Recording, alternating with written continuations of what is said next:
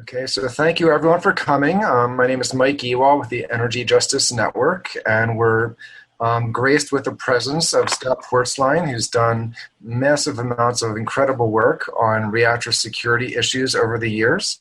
I'm going to turn it over to Scott to share a screen and give a presentation here on sabotage and terrorism risks at nuclear reactors and what we can do to make sure that we have more safe and secure nuclear power until we make sure that nuclear power is no longer a thing. So thank you, Scott, for presenting here, and I'll turn it over to you. You're welcome, and thank you all. I decided to do this webinar because I saw some great points being made on a Facebook discussion on Mike Ewald's page. I've researched this topic since 1984, and I want to just give you an overview and some pretty interesting things that you wouldn't expect, kind of shocking, real-world events that are occurring, and the threats are very troubling, actually. So we're going to talk about modern threats and the various categories of attacks, and I'll show you some actual events which occurred, including crimes involving nuclear materials. When it comes to security regulations, the Nuclear Regulatory Commission certainly has room for improvements. So we're going to take a look at the NRC shortfalls for addressing known weaknesses and vulnerabilities. Then I'll talk about what activists can do and recommend some things to consider as a security activist. And after that, there'll be time for discussion. Here in Harrisburg, we know terrorists can be anywhere. So men associated with Ramzi Youssef, he was the mastermind of the World Trade Center bombing in 1993. Some of those men trained only 30 miles from 3 Mile Island. And there in the bottom right-hand corner, you can see red TMI, the location, and then the training camp 30 miles away, marked in the blue circle. So terrorists can be anywhere. That's the point of showing that. And when they were at the training camp during the weekends, this is right before they bombed the World Trade Center, they did a nighttime assault on an electrical substation for practice. It was a mock assault. That was as if they were training to attack a nuclear plant. And then they sent a letter to the New York Times after they bombed the World Trade Center that they were going to attack nuclear targets with 150 suicide soldiers. And that's what really brought me out of my shell, so to speak, where I had quite a bit of knowledge already on nuclear plant security vulnerabilities, but I didn't see any need to go public yet, because sometimes if you go public too soon, you're a pariah. Al-Qaeda was here at 3 Mile Island during the summer of 2001. This is what they would have seen at the entrance. This is 3 days before the attack. There's no audio that goes with this.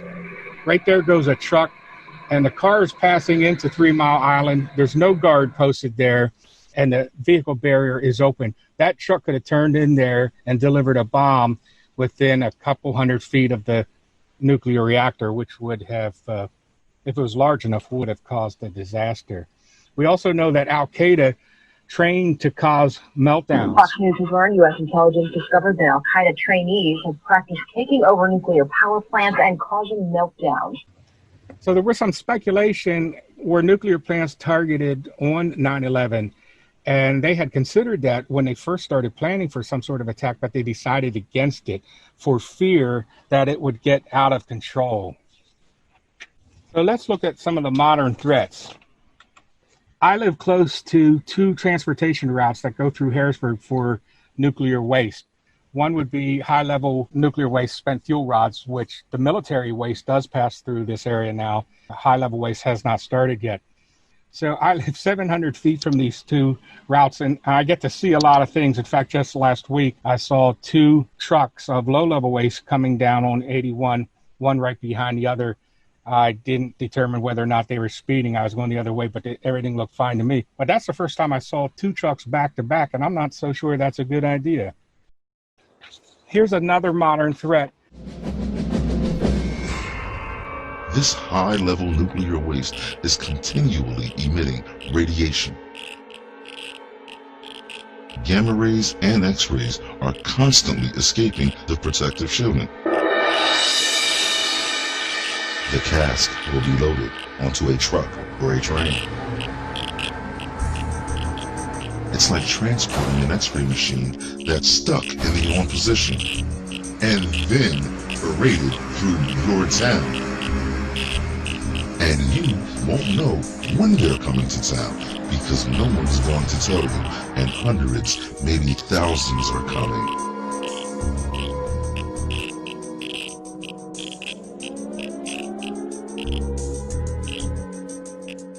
One day, I worry this is going to be something we hear on the news about a fiery crash of a spent fuel shipment and the emergency evacuation of people living nearby. So this is a dramatization of what that report might sound like.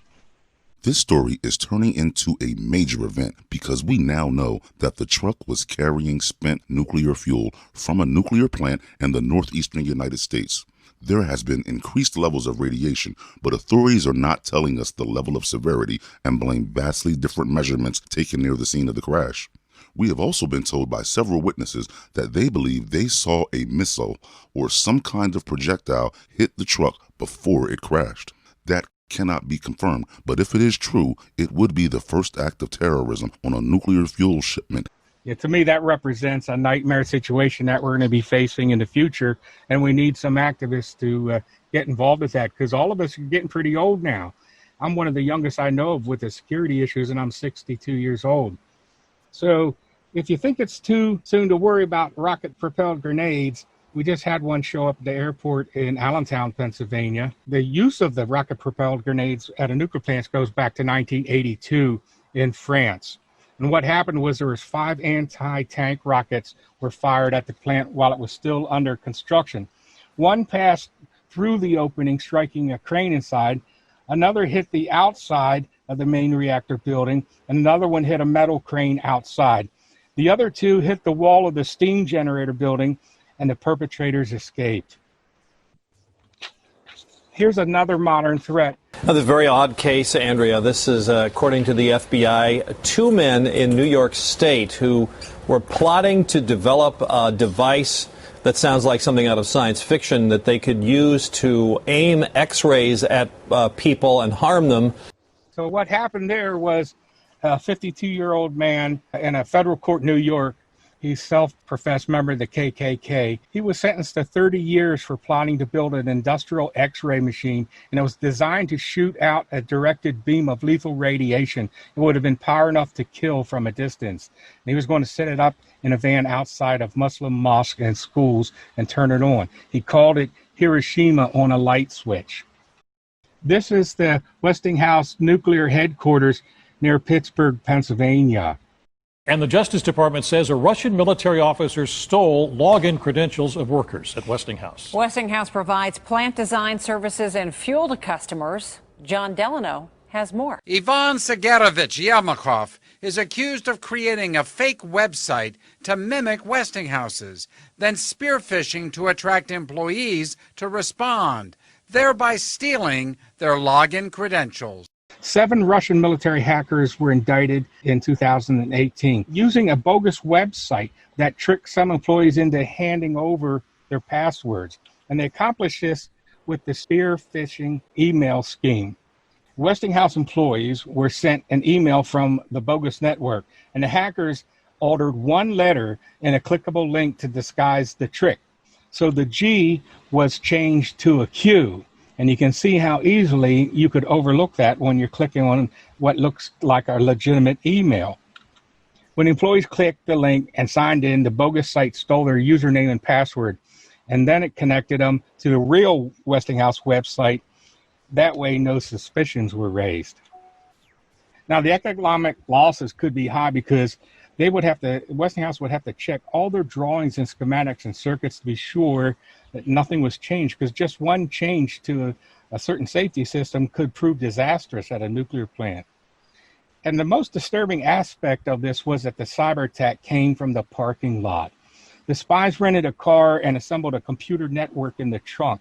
The operation was described as on-the-ground cyber espionage, and that represented an advancement in espionage that shook the Department of Homeland Security. So the new threat is using drones as radiological dispersion devices, and ISIS has been observed trying to buy crop dusting type drones. The Prime Minister of England said ISIS plans to use drones to spray nuclear materials over Western cities. That's just a couple of years ago. Here's another threat. Someone placed 3 packets of radioactive materials inside an administrator's chair at a clinic. 3 more to give you an example of what goes on. Someone put strontium-90 in the rear pocket of a female worker at the Quad City nuclear plant. And I've seen a report where somebody at a waste facility, just ordinary household waste, picked up a shiny piece of metal, put it in a shirt pocket. Here it turned out to be cobalt-60, and he burned the nipple right off of him the next day. You know, it started to deteriorate, and within a week it was gone. So another event was college student attempted to poison his former girlfriend and her roommate by placing iodine-125 into their food. And then the same thing with 2 men plotted to kill 3 local officials by planting radium-226 in their cars and food. So as Mike said before this started, when he went to Penn State, there's 100 or hundreds of sources of radiation all over that campus in different laboratories. At the Nuclear Regulatory Commission, one of the employees or staffers tried to plant viruses on the computers with the spear phishing emails. Now we're going to talk about the different categories of nuclear plant attacks. I came up with 6 of them a long time ago: commando, vehicle, boat, aircraft, insider, and cyber. But recently, because of all the drones, and it's so different with the availability and the technical aspects of what they can do, I really think there should be a 7th category now, just drones alone. Drones like this are now widely available, and someone seems to be flying them over France's nuclear power stations. Some initially suspected that Greenpeace might be responsible. In 2012, an activist from the environmental group flew a paraglider over this nuclear plant in southeast France. The group says it is not behind these latest drone flights, but is worried about them. It is apparent that you can enter the airspace around these French nuclear power stations, get in and get out without anyone intervening. It's a real breach of security. 2014, drones probed all 19 of France's nuclear reactor sites. And in just the space of 6 hours, there were 5 drone incursions that placed the government on high alert. The guards describe a triangle of white lights and a large red light. And the flights utilize complex and expensive helicopter-like drones with powerful engines, some big enough for explosive, yet the drones are too small to be detected with conventional radar. And the drone shines a spotlight, possibly linked to a camera, which throws intermittent beams of light onto the target. France doesn't want anybody to be taking those type of precise images to provide surveillance or someone to formulate a plan to attack the nuclear plant. The drones could not be intercepted, and the soldiers are authorized to shoot down the drones except when they're over the plants. And the concern there is that they could cause damage. But it's funny how the United States says our plants can withstand a fully loaded jet. No drones have ever been shot down, and investigators could not uncover who was flying the drones. Drones can provide real-time overhead surveillance to terrorists, knowing where the guards are or what's moving around at the plant. A medium-sized drone could carry an explosive charge big enough to damage the spent fuel pools. And that's a really nasty concern. And I really don't like to talk too much about the spent fuel pools. Here at 3 Mile Island, that remains to be a huge threat. And yet they're doing away with the emergency siren network. So there could be an airplane crash into that tonight, and everyone would sleep through the night not knowing it because there'd be no sirens going off that we used to have available. In the prisons, they're experiencing drone drops where the drones are dropping cell phones, drugs, and weapons, so forth. And some of the prisons have drone detection, which can uncover where the launching point was in hope to try to stop other attacks. I did skip a line there where it says that drones can deliver weapons and explosives to a commando team inside the plant. Regarding the drones, this is a tiny URL I made for everybody, and I'll have it again at the end so you can copy it down. But there's a great article about the drones that flew over the Limerick nuclear plant and Palo Verde, which is our largest nuclear complex of nuclear power plants in Arizona. And Ed Lyman's quoted in there as saying about how the NRC is being so reluctant to modernize and come up with a defense against these drones.